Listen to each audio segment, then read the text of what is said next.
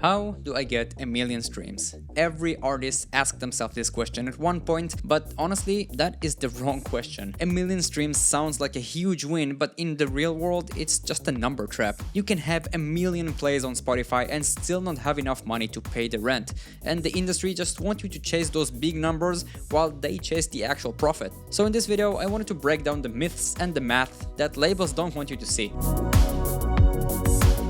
Let's start with the most common goal. We see artists celebrating 1 million streams all over Instagram, but what do those wins actually pay? People think that if they hit a million streams, they can finally quit their jobs and become a full-time artist. If we look at the math behind it, Spotify pays roughly $0.0038 per play. That means 1 million streams is going to get you around $3,800. And that if you're not taking into account all the co-artists that you're working with, managers, publishers, distributors, they all get part of that payout. And after taxes and necessities, you're left with basically nothing. The verdict is that you should look at streaming as a marketing tool, not a salary. Treat it like a digital business card to help you sell merch and concert tickets. That's where the real money goes.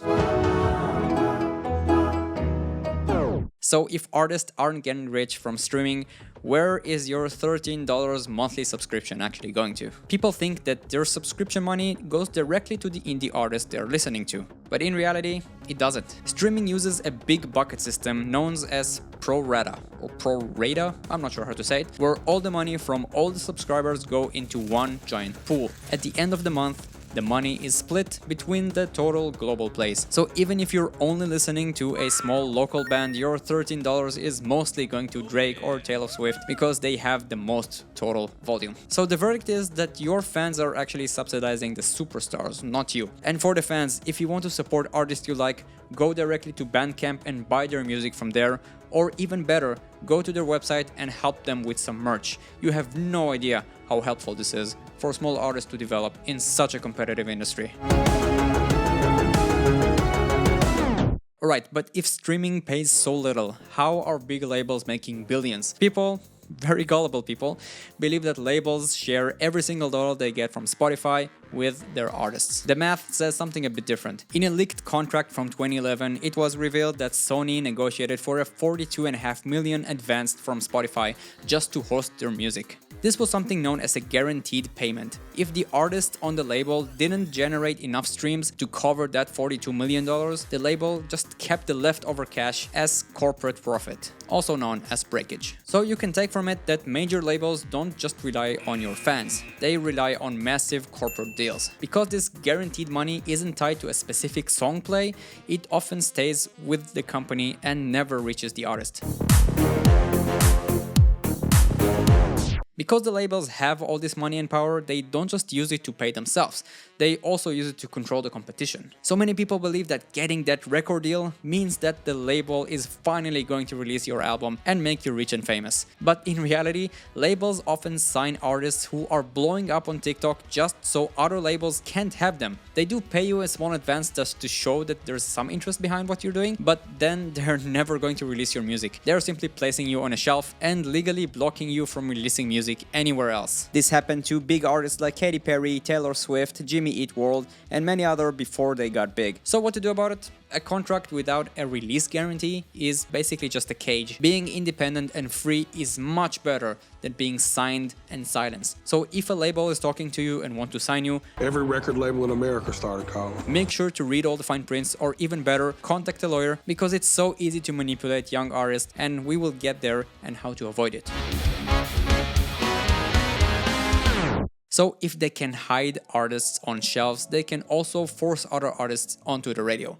And this is how they do it. Many people believe that the songs you hear on the radio or on big playlists are there because they are just the best songs out there. But in reality, it is illegal to pay radio stations to play a song. But labels found a loophole around it. They pay independent promoters millions of dollars. Those promoters then convince the radio stations to play the songs. It's basically a legal bribery. And the verdict is there isn't much you can do about it. But don't feel bad if your song isn't played on the radio. You just didn't pay the entry fee. Today you can get yourself into playlists via different websites, but most of the times playlisting isn't really worth it and will not get you long-lasting fans. So if you do want to use the system to your advantage, start by applying to college radios and private stations that are most of the time looking and accepting new and smaller artists. This type of control doesn't just stop at the radio, it extends to the very recordings that you make in the studio. People believe that once your contract ends, you own your songs again. And for that I say, please open the news and read some stuff. Most modern contracts have a re-recording restriction. This rule says that you cannot record your own song again or move it to a new platform for 20 years. There are many huge artists that really fought hard against their labels, and some of them won, but most of them usually don't. So if you sign this, you don't own your work, you're just renting it. Always use a lawyer and fight to negotiate for a shorter time limit. While the singers are fighting for their recordings, the people who actually write the lyrics are dealing with even bigger problems. Many people believe that if you write the lyrics to a hit song, you will be rich forever. In reality, the music business is worth $47 billion globally, but songwriters get the smallest piece out of it. If you wrote the hit but didn't sing or produce it, you make almost nothing from streaming. Just like every other point in this video, you have exceptions like Max Martin, Diane Warren and Paul McCartney, but this is such a tiny percent of successful artists. You have previous writers like Jake and Charlie Puth that started participating in their own songs just because of how little they got from just songwriting alone. So in today's industry, owning the master recording is much more important and profitable than owning the lyrics. If you're a writer and you love doing it, keep doing that, but I would highly suggest you to also start writing your own songs because, well, if you want to get money, that's the best way.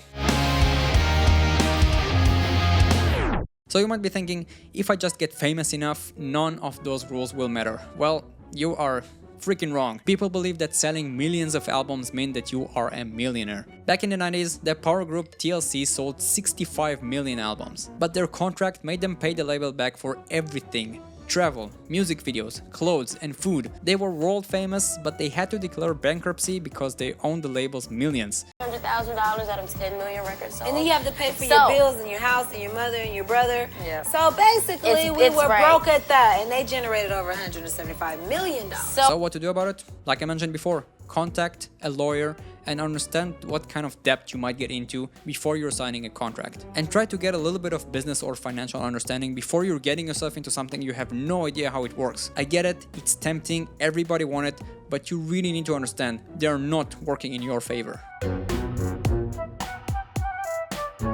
TLC learned the hard way that fame is not the same as freedom, which brings us to our final and most important point. Many people believe, or used to believe, including myself, that blowing up overnight on social media will solve all your problems. But the truth is, if you get famous before you understand how the business is working, you are just building a machine for someone else to get rich. The reality is far from simple. Look at Toni Braxton. Her first album sold 8 million copies and made the label $170 million. But because she was on a starter contract, she had to pay back the label for every flight, music video and outfit she got. And after all those debts were paid, her first big royalty check was only $1,972. 170 million in sales and you got $1,972? Is that right? Yeah, that's right. That's true. So what's the verdict? Don't chase fame, chase ownership. So again, if anyone from a label is contacting you, get a lawyer. You won't regret it. I know there's a lot of heavy information to take in, so to make it actionable for you, I built this music career survival table. So pause the video, take a screenshot and keep it on your desktop. It will save you more money and headache than any marketing course ever will. So did any of these facts surprise you at all? And which one surprised you the most? If you ever felt the squeeze of the industry or you've been trapped by a bad deal, tell me in the comments. I read all your comments and we need to talk about these things openly. If this video helped in any way to clear things up, hitting the like and subscribe button is going to help me keep the lights on. Like I mentioned before, I want to build a community of creators who actually understand the business. So keep creating, protect your art, and I'll see you on the next one.